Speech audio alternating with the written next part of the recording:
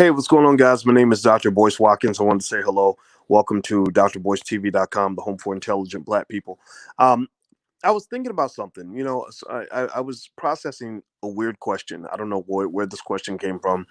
It just came out of the air, and it was, would you rather be smart or rich? I don't know.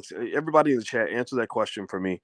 If you had a choice between being smart, very smart, or very rich, which would you rather be? Would you rather, be super intelligent and have a bunch of money, or sorry, be super intelligent and have a bunch of stuff in your brain, or would you rather be not so intelligent and have a bunch of money in your bank account? Which would you prefer, type smart or rich as your answer? I'd like to see what your answer is. Hey, Jeanette, how are you? Okay. You can't say both. You can't say both. You can't say neither. Okay. L.A. Hicks says smart. Okay, Jeanette says just listen to Elon on Clubhouse. Yeah, Elon, no, that's a smart guy. He's smart and rich. Uh, okay, rich. Carlito says rich. Um, it's a combination of many qualities and character traits as well as discipline and consistency that might be indicators or predecessors of wealth, says FM. Okay, so you're smart. Good for you. Asha Muhammad says smart. Dua says smart, smart, smart. Yeah, I see a lot of smarts, as opposed to rich. And the thought that I had on that was going in two directions, right? A lot of times we think one is connected to the other. Like we think that smart people are naturally going to have more money, and we think that rich people are going to be smarter. And that's just not true. I know a lot of really smart people who went to school for a long time, who have a lot of advanced degrees, who can't translate that into money. Some of them don't care. Some of them don't try. Some of them are smart enough to realize that money isn't that important, or maybe for them, money doesn't matter, and they're smart enough to understand that, so they don't chase money, which, if you're in that category, God bless you. But then there are some smart people who chase money and that they think that being smart translates into making money. Like they'll say, okay, I'm smart, so my ideas are superior, so clearly I should be making the most money because my ideas are amazing. Well, actually, sometimes you can be too smart. Sometimes you can go right over the head. Your ideas can fly right over the head of your audience, and you don't make any money because nobody understands what the hell you're talking about. And the only reason I understand that really well, is because that was actually my dilemma. My dilemma is that I had more education by the age of 25 than most people get in their whole entire life. I mean, you go back 25 years ago, I had been teaching college students for 3 years, and most people never, teach at a major university, right? So, and then add 25 years on top of that, because now I'm 49, right? So basically, that was always my challenge, is that sometimes if I really start getting extra deep on you, some people get off the bus, some people can't hang, some people are like, whoa, this is too much. And I don't stop, because I really want to explore that deep idea. Like right now, I'm exploring a pretty deep idea, and this is not as interesting of a conversation as it would be if I was some illiterate rapper talking about how many baby mamas I got, right? Or I'll slap a hoe, she don't give up the pussy, what I'm saying, shawty, what I'm saying, my nigga, like if I was talking like that, then maybe I'd have like 10,000 people watching. But really, only certain people, I think, even have the desire to be smart, let alone the ability. And so those are two different things. A lot of people have the ability to be smart but don't have the desire. Some people have the desire but don't have the ability, right? And so I congratulate you, because you got the desire and the ability. And I think that's a good thing. The other part, though, going in the other direction, is a lot of times we think that rich people are just smarter than other people because they have money. And that's not true either. Sometimes the reason you have money is because you're stupid. If you look at a lot of what happens in our, if you look at what happens a lot of times with music, a lot of times the people that have the most money are the most ignorant, people out there. You'll see rappers that literally preach nothing but black self-destruction and complete total ignorance and mass market ignorance and mass market unhealthy choices to black people, and they make the most money. Well, why is that? Well, because the white man's always going to pay you for being a dumbass. He's always going to pay a black man for being stupid. The white man will always reward you for being the dumbest person in the room. So the more ignorant you are, sometimes the bigger your paycheck is. That's what it is. That's how politics works. That's how oppression works. That's how you control a group of people. Is you don't elevate the smart ones. You don't elevate the liberators. You elevate the people that are going to go along with the agenda. And if you get people to legitimize your process by celebrating those people who are elevated under false pretenses, then therefore it makes it that much easier for you to find people who volunteer for the position as lead overseer on the plantation. And that's what we do. We celebrate our overseers. That's why black people don't have a lot of freedom, is because a lot of your so-called black leaders are not really black leaders. They're actually Negro managers. So you celebrate your Negro managers, and that's what causes you to end up going backward, and you don't know why. Or they all say, "Oh, everybody show up and vote for this candidate. That's what's going to make us free." And everybody does it, and they're like, "Well, we did it, but we ain't free." Like, or everybody come and work for this company, or everybody, try to get this award. This award will make you special. This will make you free. And then you wonder why you're not free. It's because you never learned what liberation looks like. Liberation will almost never be achieved with the approval of your oppressor. Let me say that again. Are you hearing me? Give me a yes if you hear me. Liberation will almost never be achieved with the approval of your oppressor. So rather than celebrating the black people who are loved the most by your oppressor, you actually probably need to look at the black people who are loved the least by your oppressor, the ones who make your oppressor very nervous, the ones who your oppressor tries to discredit and attack, the one that your oppressor is saying, "Oh, don't listen to him. Go listen to this person. Here's a person we're going to teach you about in school, but we're not going to teach you. We're going to teach you all day about civil rights leaders. We ain't gonna tell you nothing about Marcus Garvey. We don't want you to know nothing about Marcus Garvey. Or we'll bring Al Sharpton and put him in front of you all day. But we ain't never gonna even invite Dr. Claude Anderson to the White House one time. Dr. Claude Anderson done wrote one of the foremost, most brilliant minds in the history of Black economics and Black people. Period.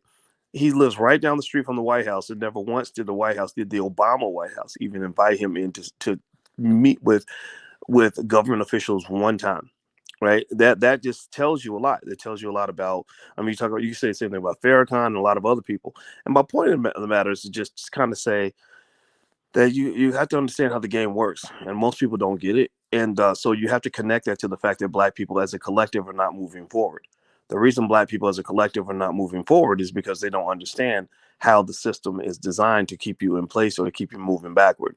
So you celebrate things that go backward, and you think that that's progress, and the things that are actually progress, you get mad about those things. You fight against those things. So anyway, by the way, my Instagram is the real Boyce Watkins. If you could hit the thumbs up button, I'd appreciate that. Also, follow me on Instagram if you like intelligent conversations. And we have another channel for black men. It's just for black men only. Only black men appear on this channel. We do some stuff with Fly Nubian Queen as well. That's all black women. But I believe black men and black women should have their own spaces to tell their truth. So go to blackbosschannel.com. Jeff Licey Jr. and a lot of really smart brothers, John F. Thomas and some other brothers over there, Nathaniel Jordan, the Minister of Health, just all these brilliant black people that are really doing great things. So feel free to go check it out. I think you'll like it. So anyway, if you have a question for me, feel free to ask it. I'll keep talking about this whole intelligence and wealth thing. A lot of so don't think so. Make sure you always know the difference, right? Sometimes you can make money by being the smartest person in the room, but sometimes your intelligence is also reflected by your relatability. So if you have a lot of intelligence, sometimes you have to calibrate it. I had to practice calibrating my intelligence. There were times where I need to be a full professor, like I need to go straight PhD mode to really drill the point home. But then there are other times where I say, you know what, I don't need to be Dr. Boyce. Maybe I need to be Uncle Boyce right now. Maybe people need someone that can relate to what's going on, as opposed to somebody who's just simply talking at the absolute highest levels. And so these are some of the things you kind of go through. And that was one of the things I was thinking about. And also in terms of intelligence, a lot of people make the mistake of thinking that education is the same as knowledge.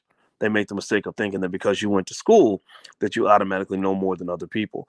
And I'm just going to tell you, I've been a college professor for a long time. I have been teaching college students for 20 something years. And there's very little connection between how long you go to school and how much you actually learn. Let me just tell you that. Repeat the channel again. It's the blackbosschannel.com. Don't forget the THE. That's right there at the top. So feel free to go to the blackbosschannel.com. And let me see here. You are what you eat, and that doesn't mean food. Absolutely. That's knowledge and food for sure. Johnson, good point. Just dude, I'm trying to convince a black leader to hit up GameStop to see if they can get paid to address equality and do more. Okay. I don't care much about GameStop. I mean, GameStop is just that's just a place that they've just chosen to target this week. They're just playing a little Wall Street game, but it's good though. Like these hedge fund managers, I'm glad to see they kind of got their butts kicked. I also think I'm in alignment with the people who feel that Robin Hood executives should probably be prosecuted for what they did. It's kind of crazy. What's the next stock to blow? There's talk about AMC and Nokia and Dogecoin, which is absolutely worthless, by the way. But they're talking about Dogecoin. I read the Wall Street Bets forum now. I just read to see what the guys are talking about. And one thing, there is a myth that there is a silver squeeze right now going on, and that's a myth. That's just not true. From what I've been reading, there was a guy who wrote a long post saying that the hedge fund managers are trying to convince everybody that there's a big silver squeeze and that everybody should go buy silver. And actually, it's really the hedge fund managers pretending to be the Wall Street Bets guys, right? So what you got to realize is like Wall Street people are pretty smart. Like they have most of the money because they spend time thinking about how they can get the money. And that's what I keep telling you. If you want to make money, just like think about it, like study it, go analyze it, like learn how other people make money, and then you'll be good at it. They say the average millionaire spends 20 to 30 hours a month just studying money and financial literacy and wealth. The average American spends 2 to 3 hours a month. So if you spend 2 to 3 hours a month and somebody else is spending 20 to 30 hours a month, who's going to be better at finding money? I don't know. I mean, it's common sense, right? Let's see here. Should I sell my stuff on Robinhood? I don't know, Kevin. I mean, Robinhood's interested because Robinhood gives this impression that they're like, oh yeah, dude, we're all for the little guy. We're gonna help the little guy make money. We're gonna even the playing field. But Robinhood's not really representing the little guy. Robinhood represents the big guy. Robinhood was created to corral the trading among the little guys, to get the little guys trading, and then they sell that order flow to the big guys. They sell that data. That's another thing they sell, the data and the order flow. Ooh, Lord, you can make a guap off of just knowing what the little guys are doing, what they're trading. So the big guys sit back and watch the little guys, and they just sit back and position their money so they can benefit from whatever the trends are taking off. Their analytics are off the charts. They're going to always make their money.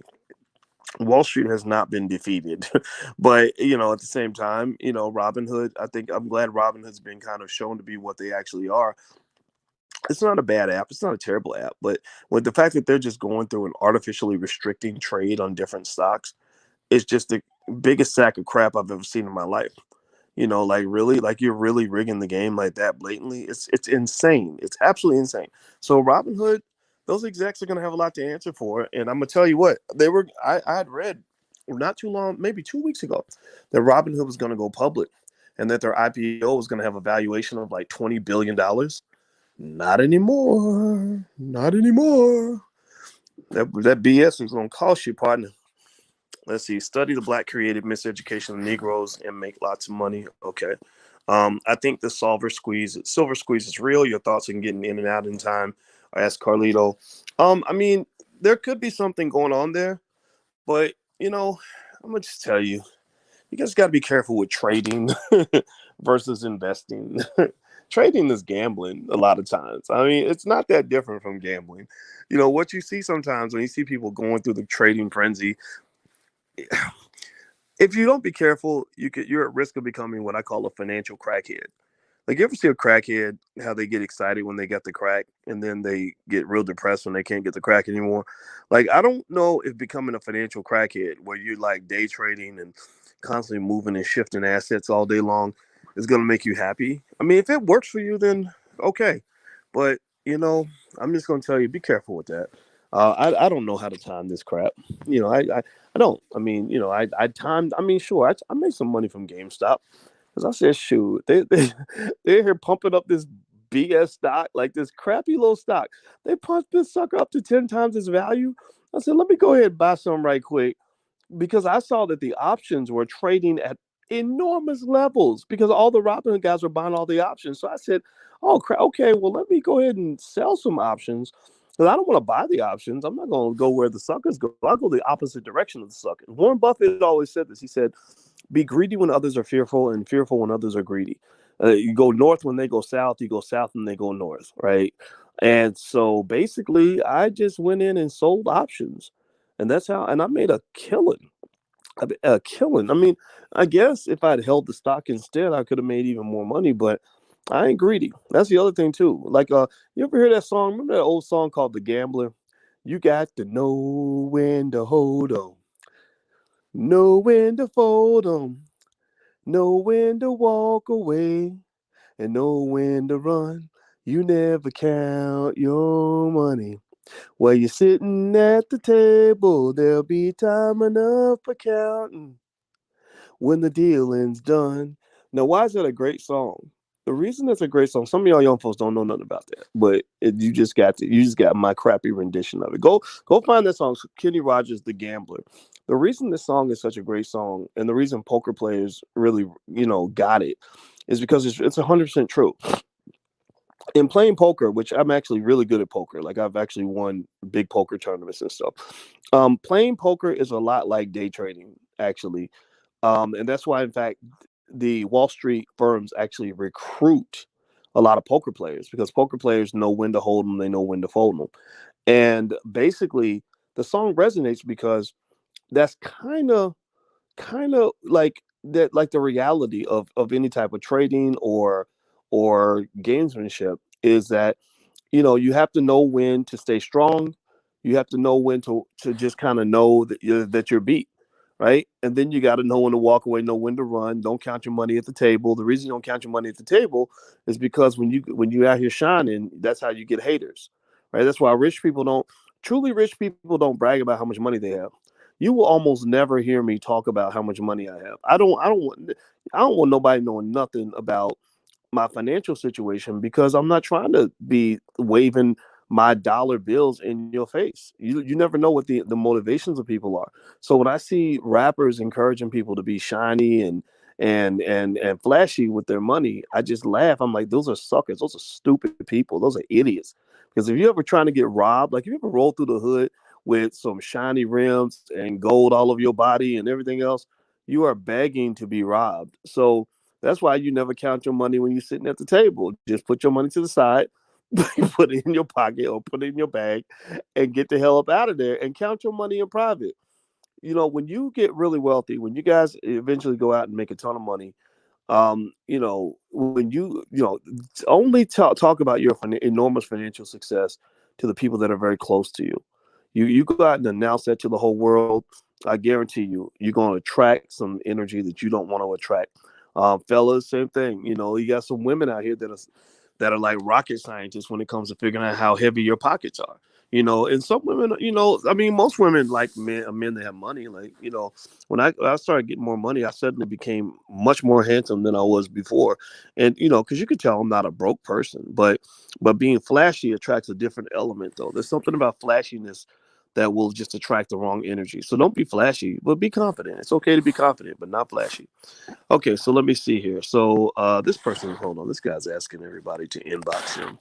I don't know who you are, Abajula, or whatever your name is, but you're gonna get blocked up out of here because you're over here trying to sell something. Let's see here. Let me. Okay, Deep State says you are awesome. Well, you're awesome too. Thank you very much. Why do so many crypto platforms put a restriction on XRP? Because XRP is kind of in limbo. XRP. Give me a yes in the chat if you can still hear me. I'm going to actually open up my app to see where XRP is. XRP is doing very well right now. It went up 40% last night. It's up to 62 cents. It's gone up 128% in the last week. Apparently, there must be some new information about that lawsuit. XRP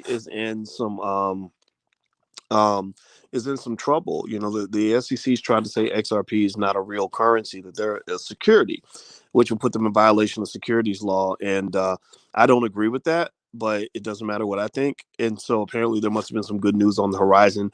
In case you want to know what I did with my XRP, I held my XRP because I felt like that suit was BS. It's really out of principle. I felt like that suit was so stupid. I mean, you sat there and you've confirmed for years by your lack of action that XRP is okay, and then suddenly it's like, no, it's not okay. Come on, give me a break, man. That's ridiculous, and I hope that somebody has some common sense, but the world ain't got no common sense in it. Um, Let me see here. Oh, by the way, I'm on Clubhouse. If you ever want to hang out on Clubhouse, I don't do too many Clubhouse events, but I might do one pretty soon. So feel free to do that if you want to. I'm a newbie. Is poker not about having a lot of luck, though? Ask Track.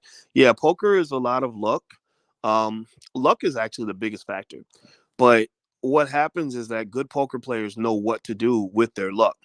They know how to maximize the situations where they're lucky and they know how to minimize the damage done when they're really unlucky. Like a good poker player knows how to get out of a bad situation or avoid a bad situation, and they also know how to really really maximize a good situation. Like they can make you think that they're weak when they're strong, make you think they're strong when they're weak.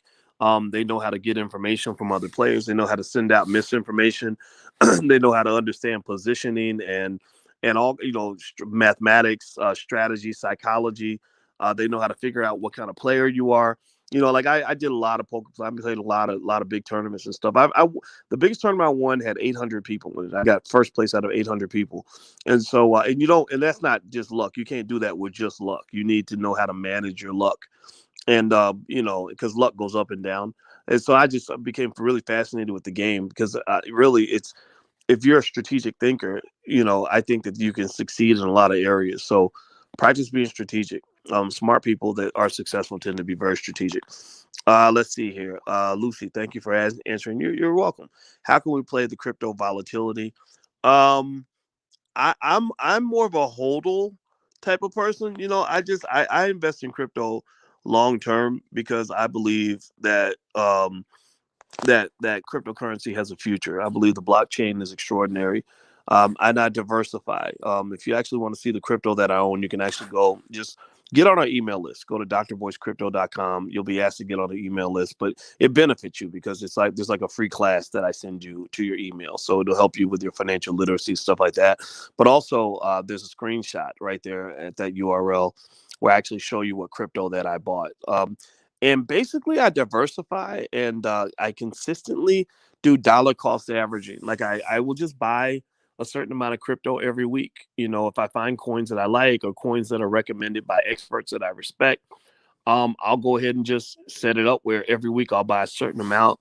And then I just don't look at it. I look at it once a month or something like that. And sometimes things go up, sometimes things go down. I don't get caught up in hoping things go up tomorrow or next week. That's too much. Is there any way to short Bitcoin? I don't know exactly how to do it. I'm sure that there is, but I'm not aware of that. What's up with the short squeezing in the market? Asked Antoine. Short squeezing right now, like with GameStop and AMC, basically came down to some guys on Reddit who wanted to get revenge on the Wall Street hedge funds that short sell stocks. And the hedge fund guys are kind of dirty bastards to some extent because not that they're all terrible, terrible people, but some of them make over $1 billion a year by creating artificial panic in a stock. Like they'll go and they'll short the stock, meaning what they'll basically do, if you think about it, making money comes down to one basic idea: buy low, sell high. If you sell it for more than what you bought it for, then you win. Just rinse and repeat, and you'll be a millionaire. So the thing about buying and selling is that every buy must be matched with a sell, every sell must be matched with a buy. But you don't have to buy first. You could actually sell first and then buy later. So hedge fund managers that want to short sell, they'll sell first. Then they'll try to buy it back later at a cheaper price. Well, what they'll do is they'll push the price down. They'll push the price down through misinformation, creating emotional reactions and panic, media manipulation, or whatever to cause people to lose faith in the company. And then when the price goes down, they buy it back real cheap and make a killing. So basically, this short squeeze thing was where people identified this behavior. They found the stocks that were most heavily shorted. And they said, no, not when you're not doing that this time, because what they would do is they would actually go borrow the shares so they can sell them and then they can go buy them back and pay back the loan later. Well, it's like, no, like people were just like, no, we're going to push the stock price up and kick you in the butt. Like we're going to make you pay an insane amount of money to get this stock back, to get out of this deal because we don't like you. And I just that I think it's good. I think that I think that short selling should be dealt with. I think it should be really maybe regulated or eliminated. It doesn't add any clear value to society. So I'm happy that they did what they did. Good for you over at Wall Street Bets. I like it. Johnson & Johnson, doing your homework and staying on top of social trends will help you in the stock market. It could, for sure. Indigo Girl, Robinhood is dead in the water after that interview. Well, they're going to suffer. That's for damn sure. Kevin Johnson, do you really think that Reebok will let Master P buy the company? How do you feel about P's review channel reviewing black-owned products? I think Master P is great. I like Master P. I did a video about Master P. I'm a big fan of him. Is he going to buy Reebok? I'm not gonna say he won't do it. I'm gonna say I will believe it when I see it. How about that? How about that? I don't want to, I'm not gonna be a hater, but unfortunately, a lot of things get announced and people get excited about announcements. But I think it's very important to know the difference between an announcement and an actual, completion of a sale, right? Because and I'm not talking about Master P. I'm not. This is not a diss on him at all. At all. I love Master P. Much respect for Master P. But Diddy's announcing stuff all the time. Diddy's always talking about, I'm gonna do this. I'm gonna give $1 million to that. I offered $1 million contract to so and so, and sometimes they do it because talk is cheap. Talk is cheap. I mean, ladies, think about how many times you've seen men make big promises, and get like all the love and adulation for making a big promise, and then they never follow through on it. I'm not saying that all men do this at all. I'm just saying that I think about the men because I'm a black man. I just think about us and how we can all do better and what manhood means. And a lot of manhood does come down to, not making promises you can't keep. And when you make a promise, you keep the damn thing. You follow all the way through. So I'm not saying masterpiece in that category at all. I'm just saying that there's a difference between an announcement and the completion of a sale, or an announcement that you're attempting to do something versus actually getting it done. Let's see here. Julio, do you know anything about wholesaling houses? I've seen tons of videos, but I really need to teach on the subject. Well, what the best real estate person I know is Julian Gordon, and he's actually in the Black Business School, and he has a real estate investing group, and they meet once a week, and the URL is theblackreigroup.com. theblackreigroup.com. Let me see if I can find the URL so I can share it with you.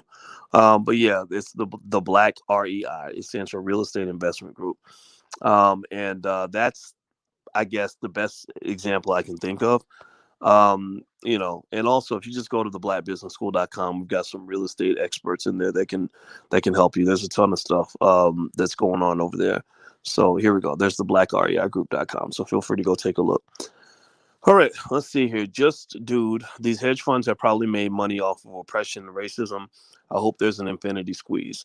Yeah, they probably have, but I think that, I honestly will just tell you, I think that in order for us to really succeed and compete, I think we got to get off the whole you know, like I'm gonna, evaluate the quality of a white person by whether or not I think they like me or not. I'm not saying that's not important, but I think that as a black person, I think you should realize that nobody likes you. Even the people that pretend to like you, they're like, yeah, yeah, yeah, we're gonna make them feel better because they're so emotionally soft and sensitive that they need to know that we like them in order for them to be able to function. But really, truth is, nobody likes you. So I kind of go through life with the assumption that everybody's a little bit racist.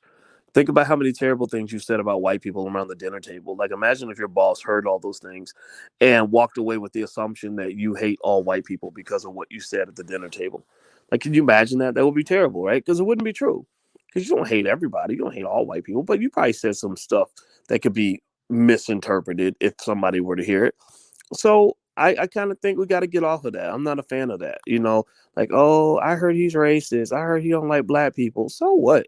Don't nobody like black. I mean, I know black people who don't like black people, but I don't. Whether you like me or not doesn't matter to me. What matters to me is whether or not I get what I need and I take care of my family and I handle my business with the people that I care about and the people that care about me. Black people don't have any friends. Black businesses don't have any friends. Black businesses get boycotted by 95% of all white people, and they also get boycotted by about 50% of all black people. So you ain't got no friends. Your friend is in the mirror. Your friend is God. Your friend is your mama. Your friend is that other black person who's B1 with you. Like, those are your friends. Like, I would just say, let's get off of this whole like, oh, woe is me. I hope white people like me. I hope that I need them to like me in order for me to feel better about myself. Stop it. Stop it. Tat Bass says, damn, Boyce, do you ever say anything positive?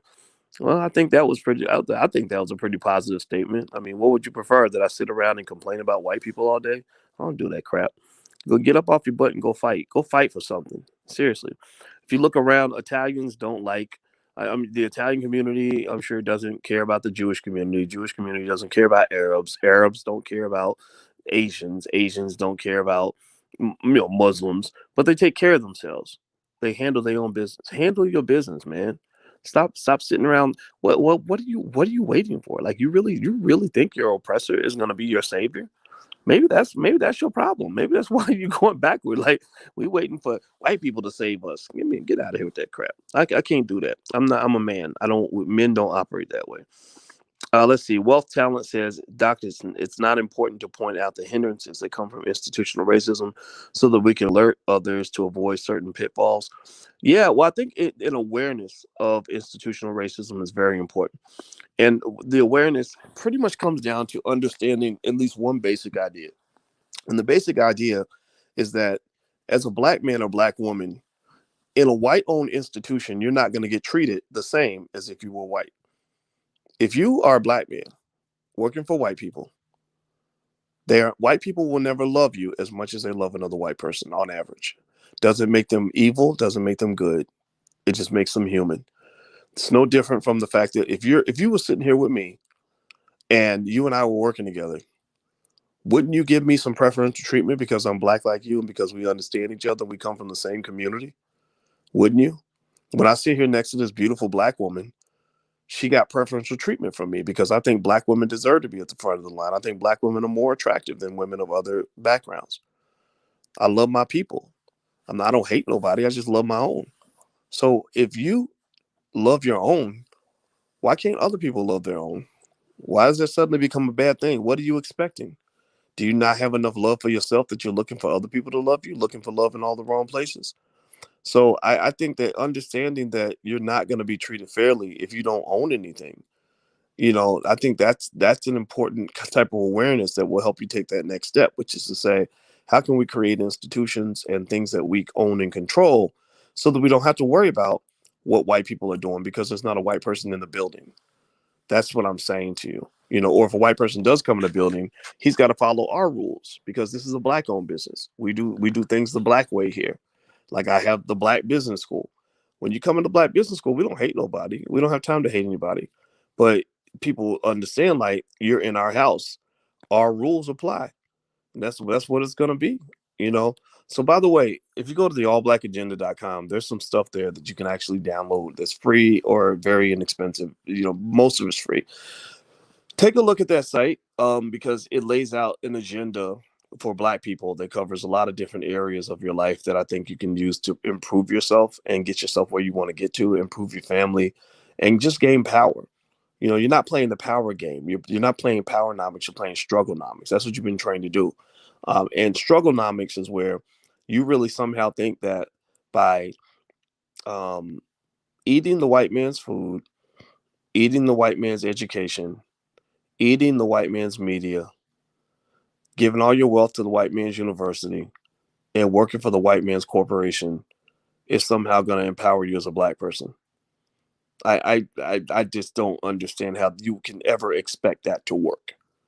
There is no way that 8 minus 12 minus 80 minus 100 minus 947 is ever going to equal positive 12.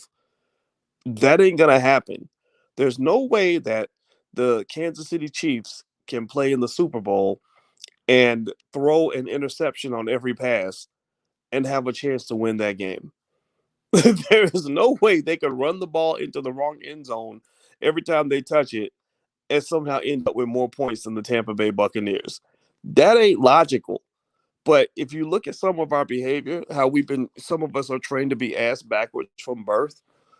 That's kind of what we do. Like we literally will run backward and put the ball in the other team's goal and give them the ball on every play and then turn around and say, dang, why we always losing? Why we always why they always got more points than us? There's a point gap in this game. Yeah, of course there is, because you're playing backwards. You're playing it like a sucker.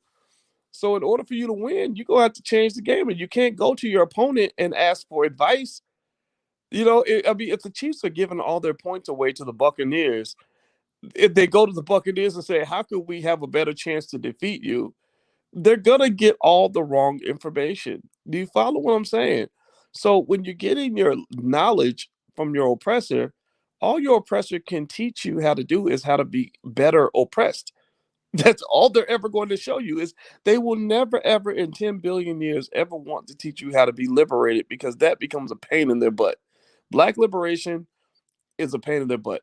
Black excellence is, it scares the hell out of them. Black excellence dominates white supremacy any day of the week. Black excellence, in fact, black excellence is highly correlated with black ownership. Black ownership allows you better access to black excellence. You know why? You know why black ownership is black excellence? Ask why. Say why, Dr. Boyce. Type why, Dr. Boyce, in the chat. I'm gonna tell you exactly why. This is our thing. This is our epiphany for the night. This is our nightly breakthrough. Black ownership is black excellence. And the reason black ownership is black excellence is because when you are the owner, you get to define what excellence looks like. You get to choose the standard. You get to make the rules of the game, and you get to decide who wins and who loses. So if I'm in a game where everybody's competing, and I'm playing on my home court with my referees, I design the game, and I get to go in the back room and pick the winner, then why wouldn't I expect to be the winner of that game? So black excellence and black ownership are deeply connected. It's very difficult to pursue black excellence under white ownership or white domination, because white people are always going to shift the definition of black excellence or shift the definition of what it means to win. And they're going to always shift it in their own favor, because that's what human beings do. So Indigo Girl says, I disagree, doctor. I think we need to recognize the position we are in the society, use it to our advantage. I think there are allies who are non-black. You have the right to you have to find the right mentors. Well, I see. I think that allies are better.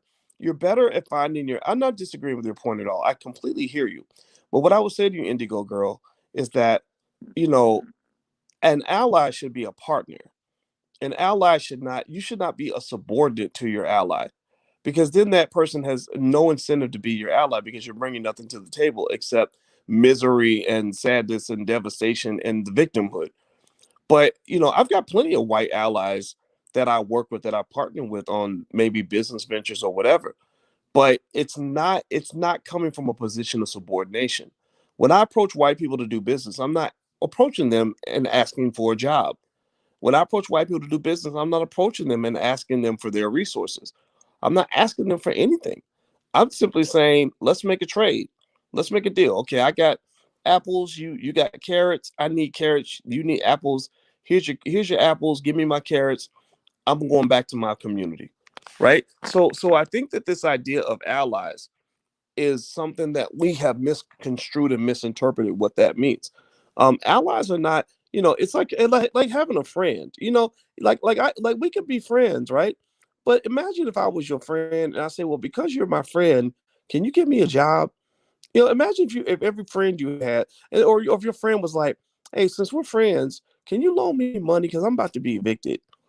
Since we're friends, can you keep my kids and let me come live with you in your basement? That's not like they're gonna be like, look, I'm cool with you, but I'm not here to take care of you. I'm not here to. I can't. Why don't you have your own family to go to?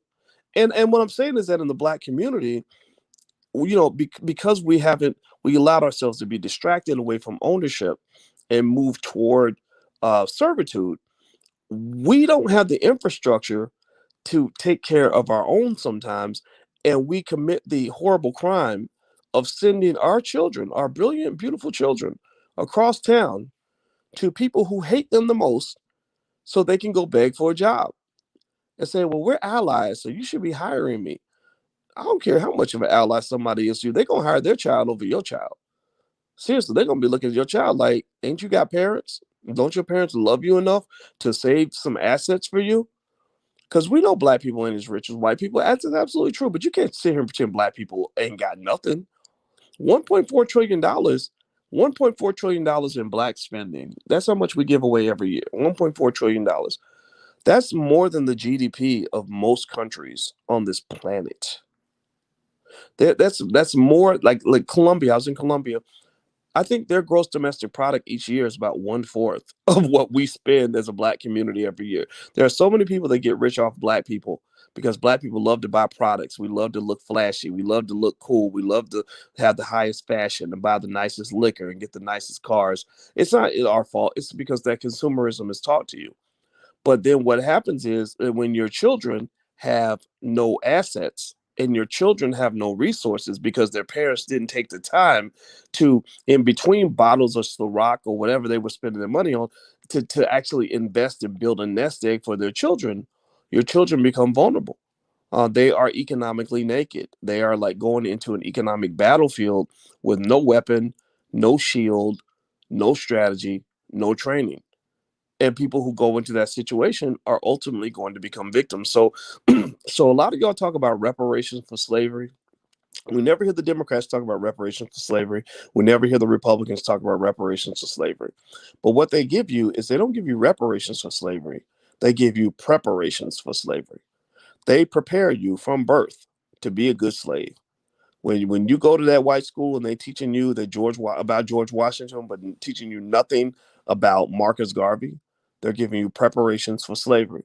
When you watch media and every wonderful thing done in the world is done by a white guy and nothing good is ever done by black people, they're giving you preparations for slavery.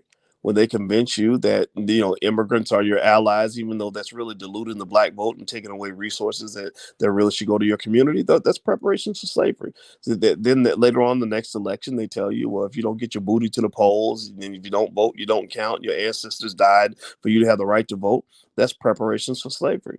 When they teach you that the best way to be successful is to go to some big white university and go $250,000 in debt, where you'll be in debt for life, like half of all black college graduates. That's preparations for slavery, because capitalism, which is connected to racism, right? It's one of the isms that isn't helpful to the world. Capitalism is built on slavery, and preparations for slavery means that if you are that much of a sucker, that I can convince you from birth, I can convince your mama and your daddy from birth that they should prepare their child to come work for me so that I can get richer and you can stay poor, or that I can, or to come vote for me, or whatever it is you're going to do for me in order to make me more powerful and to keep you powerless. Then that's preparations for slavery. So just know that's what you get, and the preparation, the brainwashing is deep. I mean, it's regular. It's on a daily basis. It's done all over the place.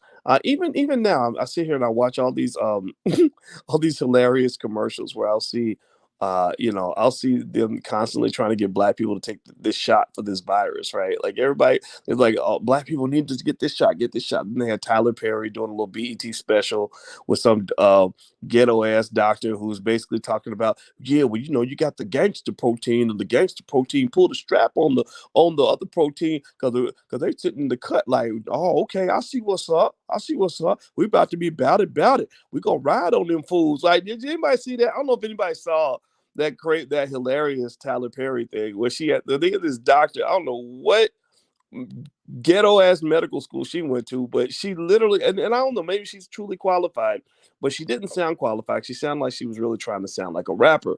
And that wasn't real cool. I thought, because it's like, look, if you think black people should get the shot, like just, talk to them about it. And then if they don't want to do it, leave them alone. But anyway, but this is all interesting because I was sitting there thinking, suddenly y'all care so much about black people when it comes time to try to get them to take your shot, but you don't care nothing about black people when black people showing up asking for reparations. Why is it that we got all your attention when you're trying to get us to get your shot, which by the way makes you billions of dollars? I mean, I bet you by the time it's done, there will be a couple of $1 trillion that people have made from this pandemic, just from administering medications and selling masks and hand sanitizer and, and everything. I mean, just there's trillions of dollars being. I mean, when Biden bought, I think he bought 200 million doses of this stuff, these shots. Which, by the way, I'm not taking one. I'm just going. I'm just going to eat my iron and my vitamins every day and exercise. I'm gonna work on my immune system. I ain't trying to get y'all injecting me with stuff. Whatever. Get out of here with that. But they're making money from this, right? So I just think it's so funny that they are literally like giving black people so much attention. Like, we really care about you. We really want to make sure you're okay. But you don't want to make sure we're okay when we're really asking for something. Like, when we really ask you for what we want, you don't care if we're okay. You can't pick up the phone. But now suddenly you act like you care. That is the most blatant nonsense I've ever seen. And the reason that they do it, though, I know exactly why they do it. They do it because there's millions of people who still fall for that, and I can't help all those people. Again, my when I talk about reparations for slavery, they're giving you preparations for slavery. So a lot of our people have been prepared their whole life to be good slaves, and you can't talk a good slave out of being a slave. They got to come to that realization on their own. That's why. Did you all know that there have been hundreds of slave revolts, over the last 400 years, and pretty much none of the slave revolts succeeded because in almost every single situation, a black person told the master that the slave revolt was happening. Did y'all know that? That you've literally had hundreds of slave revolts, and not one of them succeeded because a black person went and told the master. So you still have that kind of situation where I'm up here running my mouth saying the things that I'm saying, but you've got black people that, for whatever reason, feel ownership over the task of ensuring that my message is countered, that people like me are suppressed, or that there's a propaganda spread about that person. The biggest example was when Ice Cube was trying to pull together scholars to present a package to the Biden Trump administrations to basically convince them that reparations and all these other things that our community desperately needs, that this is a bipartisan issue. He wasn't being partisan. He wasn't being a Democrat or Republican. He just said, I'm being black first. That's it. Well, you saw what happened. They went out of their way to lie on him. They did a Saturday Night Live skit where they blatantly presented blatant misinformation to the public to get black people to think that Ice Cube was only doing this because of taxes, right? And I thought that was so fascinating to watch how desperate they had gotten to the point where they said, "We're just going to lie. We're just going to make something up. It's not true." But a lot of people are going to believe it because critical thinking is not encouraged in the black community. Black people, as a collective, tend to be trained to reject critical thinking in exchange for catchy slogans or nonsense that rhymes, or things that look catchy and cool. And that's, I guess that's just life. I mean, you're gonna have a lot of people that just aren't gonna move forward, and they're gonna be sitting here a generation from now wondering why they're still sitting still. The good thing about America, though, here's the good thing about the country. Here's the positive thing about all of this that I think you can carry away from this conversation. Then I got to go in a minute because Alicia's ready for bed. The positive thing, though, is that America's not without opportunity, right? Like you really do have freedom to do a lot of the things you want to do. You can't do everything you want, right? America's not as free as it pretends to be, but you can do a lot of stuff.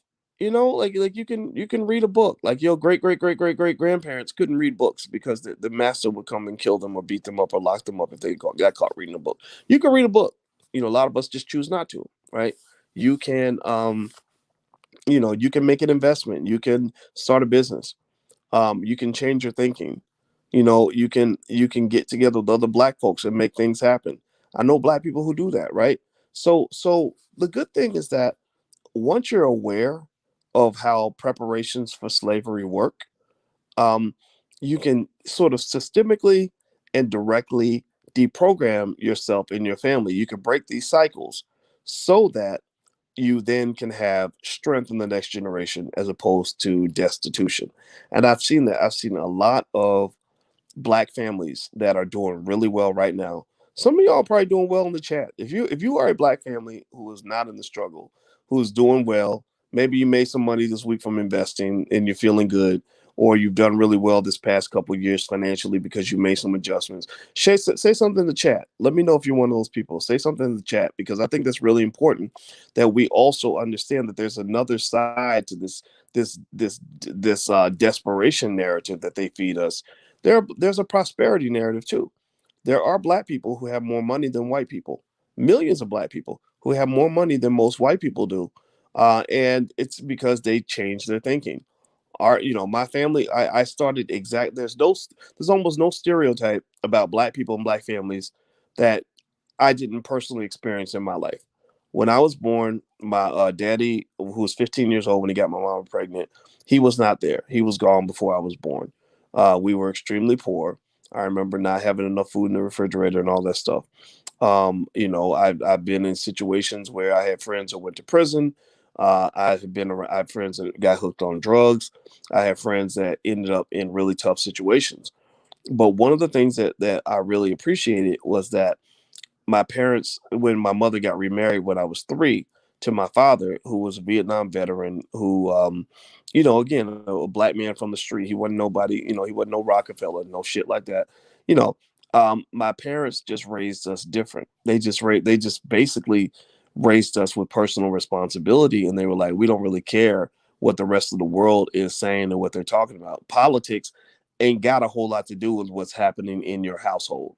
Like, you can be as politically incorrect as you want to when it comes to how you live your life, right? And a lot of people don't know that. They get so caught up in the politics that they don't understand that how you live your life on a day-to-day basis, how you raise your damn kids, how you love that black woman next to you or that black man next to you, who you choose as your friends, what books you choose to read, how you choose to think, the investments you choose to make. That ain't got nothing to do with what these idiots are talking about on Twitter. Like, they sit around and complain all day and get into all the isms and asms and scasms and kisms and Democrat, Republican, and all the white supremacy, this and okay, whatever. Just do you. Handle your business and go make intelligent decisions. Work your butt off. Get off the grid. Don't let your oppressor tell you how to be successful. You got to figure that out on your own, and you're going to be great. You're going to be fine. There's enough opportunity out here that you can go make things happen, and anybody who tells you different is not your friend. They're trying to keep you in that oppression box so that you'll go vote for them in the next election, somehow thinking that voting for that person is going to make your life better. No, you can vote for whoever you want, but that's not going to make a difference in your life. I know a lot of Democrats and Republicans who are doing really well or who are doing really poorly. What really makes the difference is what you choose to do. That's the number one factor that's going to make an outcome difference in your life. Okay. So anyway, I'm going to get out of here. It was really fun talking to you. And by the way, if you want to follow me on Clubhouse, you can follow me there at Dr. Boyce Watkins. And also, those of you who want to know more, like get some free information about investing and get started in the stock market, or if you're already started, we'll give you some free stuff. Feel free to go to firstshareofstock.com. There's the URL, firstshareofstock.com. I want everybody investing. The number one determinant of whether or not you'll be a millionaire is whether or not you are participating in the stock market. Millionaires have a much higher stock market participation rate. That's what we academics call it. The stock market participation rate is higher amongst wealthy people than other people, and that's how people become wealthy, is stock market participation. So if you'd like to understand fundamentals and get started, go to firstshareofstock.com. There's the URL. All right, I'm out of here. Have a good night. Thank you for listening. Please hit the thumbs up button on your way out the door. I would appreciate that very much. I'll see you soon. Take care. Peace.